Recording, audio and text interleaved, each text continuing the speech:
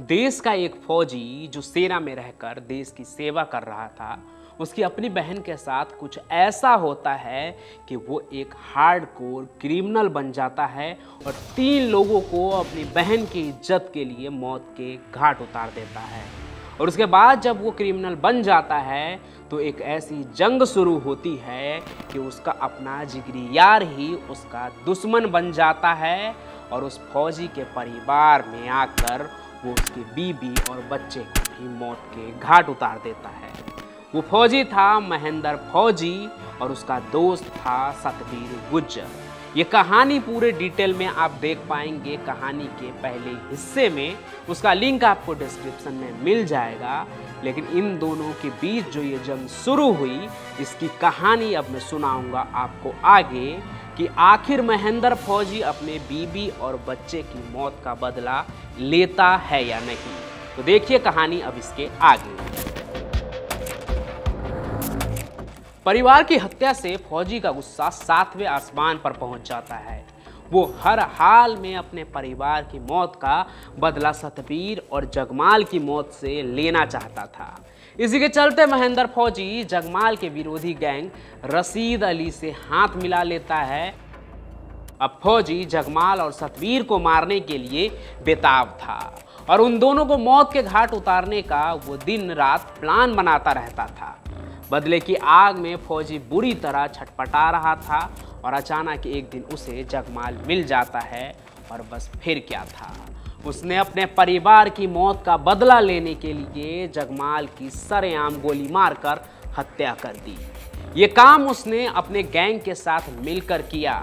इतना ही नहीं, उसने मौका मिलते ही सतबीर गुज्जर के परिवार पर भी हमला किया, लेकिन सतबीर का परिवार इस हमले में बच गया। लेकिन एक हत्या और दूसरा सतबीर के परिवार पर हमला। अब दोनों तरफ से एक बार फिर से गैंग वार ने तेजी पकड़ ली थी। परिवार पर हमला होने और चेयरमैन जगमाल की मौत के बाद सतबीर पागलों की तरह फौजी और रशीद अली के पीछे लग गया। उसने रशीद को मौत के घाट उतारने की पूरी तैयारी कर डाली और घात लगाकर रशीद का इंतजार करने लगा। एक दिन उनको खबर मिली कि रशीद लोनी आ रहा है। रशीद लोनी के चौराहे पर पहुंचता है और तभी उसे सतबीर गुज्जर और उसके लड़के घेर लेते हैं। दोनों तरफ से ताबड़तोड़ गोलियां चलती है और काफी गोलीबारी के बाद सतबीर ने रशीद और उसके साथियों को ढेर कर दिया। यह सतबीर का महेंद्र फौजी को सबक सिखाने का पहला कदम था। वो चाहता था कि पहले रशीद की सरपरस्ती खत्म हो जाए, फिर फौजी को मारने में आसानी होगी। और ऐसा कुछ हद तक हुआ भी। रशीद अली की हत्या के बाद महेंद्र फौजी बौखला गए, क्योंकि उसे राजनीतिक संरक्षण की जरूरत थी जो अब तक उसके पास नहीं था। लेकिन फौजी की राजनीतिक संरक्षण की यह तलाश खत्म हुई जब उसे यूपी के जाने माने बाहुबली राजनीति के खिलाड़ी डीपी यादव का संरक्षण मिला। अब वो डीपी यादव के संरक्षण में अपने कामों को अंजाम देने लगा। इस समय तक सतबीर की भी दोस्ती दादरी इलाके के विधायक महेंद्र भाटी के भाई से हो गई, जिसके चलते विधायक का आशीर्वाद भी सतबीर के साथ था। इसी बीच महेंद्र फौजी पुलिस की निगाह में चढ़ गया था। दरअसल फौजी ने दादरी इलाके में राजवीर भाटी को मौत के घाट उतार दिया। राजवीर भाटी बाहुबली विधायक महेंद्र भाटी का भाई और सतबीर का करीबी था, इसलिए ही महेंद्र फौजी ने उसको निशाना बनाया ताकि सतबीर को कमजोर कर सके। विधायक के भाई की हत्या होने के चलते फौजी के खिलाफ पुलिस ने एक्शन लेना शुरू कर दिया। अब सतबीर के साथ पुलिस भी महेंद्र फौजी की तलाश में जुड़ गई। पुलिस और सतबीर गैंग के डर से कुछ दिन तक महेंद्र फौजी छिप छिप कर रहने लगा। इतना होने के बाद भी महेंद्र फौजी एक मौके के तलाश में था जिसमें वो सतबीर के संरक्षण को खत्म कर सके। फिर वो तारीख आई जिसने एक बार फिर महेंद्र फौजी के कारनामे को सबकी जुबान पर ला दिया और उसका कद सतबीर गुज्जर से बड़ा हो गया। 13 सितंबर 1992 की ये तारीख थी जब दादरी इलाके में रेलवे क्रॉसिंग पर तत्कालीन विधायक महेंद्र भाटी की सरेआम हत्या हो गई। इस हत्याकांड ने सबको झकझोर के रख दिया। इस हत्याकांड में पूर्व मंत्री डीपी यादव समेत 4 लोगों को आजीवन कारावास की सजा सुनाई गई। लेकिन सूत्र बताते हैं कि विधायक की हत्या में शामिल लखड़पाला को महेंद्र फौजी का संरक्षण था और वो फौजी के गैंग का शार्प शूटर था। महेंद्र भाटी की हत्या के बाद तो जैसे भूचाल ही आ गया। दोनों तरफ से फौजी और सतवीर के गैंग वालों एक दूसरे को बस मिटाना चाहते थे।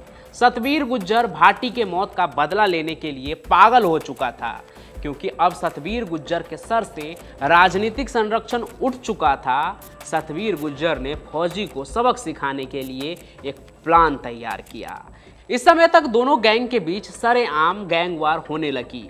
आए दिन ताबड़तोड़ गोलियां चलती और कोई ना कोई रोज ही मारा जाता। गैंगवार का यह सिलसिला यूं ही चलता रहा और देखते ही देखते दोनों तरफ से लगभग 30 लोगों की जान इस गैंगवार में चली गई। लेकिन इस गैंगवार के बाद सतवीर को कोई राजनीतिक गुरु नहीं मिला, जिसके बाद उसे मजबूरी में यूपी छोड़कर दिल्ली में शरण लेनी पड़ी। महेंद्र फौजी अब यूपी के अलावा दिल्ली और हरियाणा में पुलिस के नज़रों में भी बढ़ चुका था और पुलिस भी उसकी जगह जगह तलाश कर रही थी।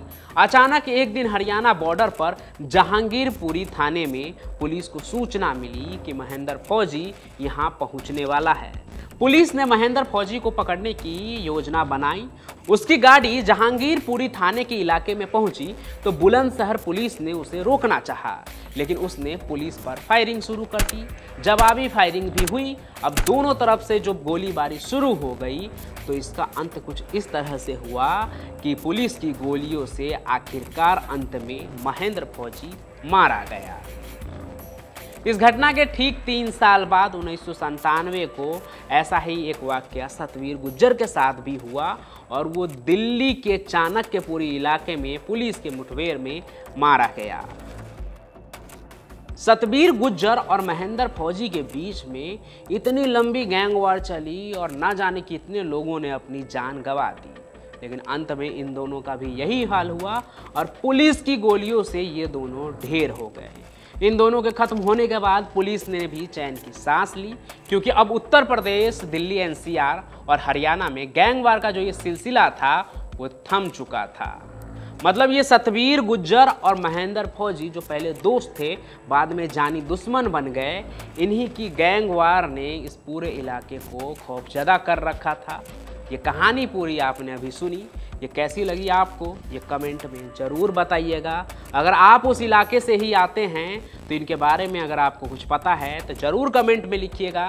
साथ ही साथ इस वीडियो को ज़्यादा से ज़्यादा अपने एरिया में शेयर भी कीजिए और इस वीडियो को लाइक भी कीजिए। साथ ही साथ हमारे इस चैनल को सब्सक्राइब भी कर लीजिए, क्योंकि हम ऐसे ही गैंगस्टर और चौंका देने वाली क्राइम की कहानी आपको सुनाते हैं। हम फिर मिलेंगे नए सफ़र में किसी और चौंका देने वाली कहानी के साथ। तब तक के लिए आपका धन्यवाद।